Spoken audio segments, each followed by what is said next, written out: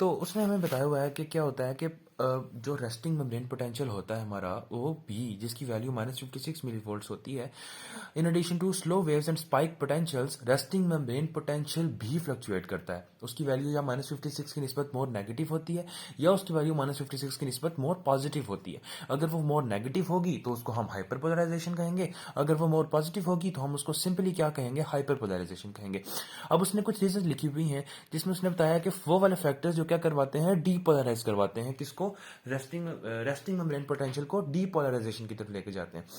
उनमें 3 फैक्टर्स ने बताए हुए हैं। सबसे पहला क्या है कि स्ट्रेचिंग, अगर हम स्ट्रेच करेंगे मसल को तो क्या होगा, उसके अंदर मौजूद आयन चैनल्स जो हैं वो खुल जाएंगे और सेल के अंदर आयंस मूव करेंगे और क्या होगा कि वो डीपोलराइज हो जाएगा। दूसरा, स्टिमुलेशन ऑफ एसिटाइलकोलिन। एसिटाइलकोलिन जब रिलीज होगा पैरासिम्पैथेटिक नर्व के में से, हमें पता है कि एसिटाइलकोलिन रिलीज होता है। एसिटाइलकोलिन जब रिलीज होगा तो वो हमारे अंदर सेल, हमारे रेस्टिंग मेम्ब्रेन पोटेंशियल को डीपोलराइजेशन की तरफ मूव करेगा by opening the sodium channels. या जब पॉजिटिव आयन के कैल्शियम सोडियम कैल्शियम चैनल्स को ओपन करेगा, जिसकी वजह से पॉजिटिव आयन सेल के अंदर मौजूद मूव करेंगे और सेल के अंदर की नेगेटिविटी को कम करेंगे। और तीसरा क्या है कि सेवरल स्पेसिफिक गैस्ट्रोइंटेस्टाइनल हार्मोन्स जो होंगे वो भी यही काम करते हैं। गैस्ट्रोइंटेस्टाइनल हार्मोन्स भी सेवरल आयन चैनल्स खोलते हैं जो कि पॉजिटिव डायरेक्शन में मूव करते हैं, हमारी रेस्टिंग मेम्ब्रेन पोटेंशियल को डीपोलराइजेशन की तरफ लेके जाते हैं। अब उसने वो फैक्टर्स लिखे हुए हैं कि जो क्या करते हैं, हमारी रेस्टिंग मेम्ब्रेन पोटेंशियल को हाइपर पोलराइजेशन की तरफ लेके जाते हैं। वो कौन से हैं? एपिनेफ्रीन और नॉरएपिनेफ्रीन का इफेक्ट हो जाएगा। और सिंपैथेटिक, हमने देखा कि पैरासिम्पैथेटिक स्टिमुलेशन की वजह से डीपोलराइजेशन हो रही थी, लेकिन जब सिंपैथेटिक स्टिमुलेशन होगी उसमें नॉरएपिनेफ्रीन के थ्रू, एपिनेफ्रीन और नॉरएपिनेफ्रीन से हमने देखा। अब लेकिन जब सिंपैथेटिक स्टिमुलेशन होगी तो क्या होगा, हाइपरपोलराइजेशन होगी।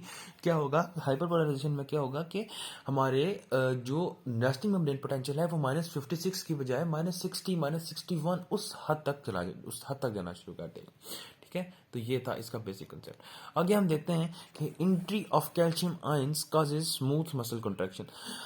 इसमें वही मैकेनिज्म है सारा जो हमने पीछे पढ़ा था, जो हम पीछे स्मूथ मसल की कॉन्ट्रैक्शन का देख के आए हैं कि जैसे ही सेल के अंदर कैल्शियम इंटर होता है, कैल्शियम काल्मोडोलिन के साथ जाके बाइंड करता है, कैल्शियम काल्मोडोलिन का कम्प्लेक्स बनता है। कैल्शियम काल्मोडोलिन जो है ये स्पेसिफिक प्रोटीन काइनेज को एक्टिवेट करता है। स्पेसिफिक प्रोटीन काइनेज जो है वो फास्फोराइलेशन करवाती है किसकी, हमारे पास एक्टिन फिलामेंट्स की। जब एक्टिन फिलामेंट्स की फास्फोराइलेशन हो जाती है तो फास्फोराइलेटेड एक्टिन फिलामेंट्स अट्रैक्ट होते हैं मायोसिन के साथ और वो मिल के क्या करवाते हैं, contraction of the smooth muscles करवाते हैं। अब जेटी के केस में हम देखें तो एग्जैक्टली स्मूथ मसल की कंट्रैक्शन का सेम मैकेनिज्म फॉलो हो रहा है, लेकिन यहां इस पैराग्राफ में वो ये बता रहा है कि जो स्लो वेव्स होती हैं वो एक्शन पोटेंशियल जनरेट नहीं करवा सकती, क्योंकि एक्शन पोटेंशियल जनरेट करवाने के लिए कैल्शियम आयन जरूरी है, क्योंकि कैल्शियम कार्बोनिल के साथ लगेगा तो ही प्रोटीन काइनेज एक्टिवेट होगी, तो ही फॉस्फोराइलेशन होगी और तो ही कंट्रैक्शन होगी। यानी कि स्लो वेव्स जो हैं वो सिर्फ और सिर्फ इतनी ही पावरफुल होती हैं कि वो सोडियम कैल्शियम चैनल्स के थ्रू सिर्फ सोडियम की इनवर्ड मूवमेंट करवा सकती हैं, और सिर्फ सोडियम की इनवर्ड मूवमेंट जो होती है वो कंट्रैक्शन करवाने के लिए सफिशिएंट नहीं होती। कंट्रैक्शन करवाने के लिए हमें स्पाइक पोटेंशियल्स का सहारा लेना ही पड़ेगा। स्पाइक पोटेंशियल्स के बगैर हमारी कंट्रैक्शन हो ही नहीं पाएगी। अब एक और तरह की कंट्रैक्शन उसने बताई हुई है जिसको क्या कह रहा है, वो tonic contraction of the some GIT smooth muscle कह रहा है। अब वो कह रहा है कि स्पाइक पोटेंशियल और स्लो वेव्स पोटेंशियल के अलावा एक तीसरी तरह की कंट्रैक्शन की टाइप भी देखी गई है जिसको हम क्या कहते हैं टॉनिक कंट्रैक्शन कहते हैं। अब टॉनिक कंट्रैक्शन बेसिकली है क्या कि कॉन्टिन्यूस स्ट्रॉन्ग कंट्रैक्शन है जो कि इन स्लो वेव्स और स्पाइक पोटेंशियल्स के अलावा होती है। उसकी डिफरेंट रीजंस हो सकती हैं, इसका एग्जैक्ट मैकेनिज्म जो है वो तो अननोन है, लेकिन इसकी डिफरेंट रीजंस हो सकती हैं। जैसा कि एक तो ये रीजन हो सकती है इसकी कि जब स्पाइक पोटेंशियल रिपीटेटिवली एक्ट करता रहे, यानी कि रिपीटेटिव स्पाइक पोटेंशियल्स आते रहे हमारे पास, इस ध्यान पे ये लिखा हुआ है, रिपीटेटिव स्पाइक पोटेंशियल्स अगर आते रहे तो हमारे पास क्या होगा कि टॉनिक कंट्रैक्शन के जनरेट होने के चांसेस बहुत ज़्यादा हो जाएंगे। इसके अलावा क्या होगा कि हमारे पास अगर स्पाइक पोटेंशियल रेपिटेटिव आते रहे, अगर हमारे पास हार्मोनल डीपोलराइजेशन हो रही है, पार्शियल डीपोलराइजेशन हो रही है किसी पार्ट ऑफ सेल मेम्ब्रेन की, तो हमारे पास क्या होगा, हार्मोन की वजह से कंप्लीट एक्शन पोटेंशियल जनरेट नहीं हो रहा, लेकिन क्या हो रहा है कि पार्शियल डीपोलराइजेशन हो रही है किसी पार्ट की सेल मेम्ब्रेन के, जिस उसकी वजह से क्या होगा कि इन्फ्लक्स होगा और टोनिक कंट्रैक्शन जनरेट होगी।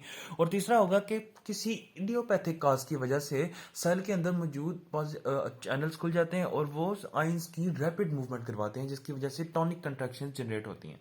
तो बेसिकली टोनिक कंट्रैक्शंस की एग्जैक्ट मैकेनिज्म हमें हमारे लिए अननाउन है, अभी तक हमें उसके बारे में एग्जैक्ट मैकेनिज्म हमें नहीं पता, लेकिन फिर भी कुछ पॉसिबल सजेस्टेड रीजंस जो हैं वो मैंने आपके सामने रख दिए हैं कि या तो क्या होगा कि रेपिटेटिव स्पाइक पोटेंशियल्स की वजह से, या फिर क्या होगा कि hormonal partial depolarisation of a cell membrane की वजह से, और या फिर इंफीरियर ऑफ अ सेल के अंदर आने वाले कैल्शियम आयंस की वजह से, जो कि इडियोपैथिक रीजंस की वजह से चैनल जिनके खुल जाते हैं। अब आगे हम देखते हैं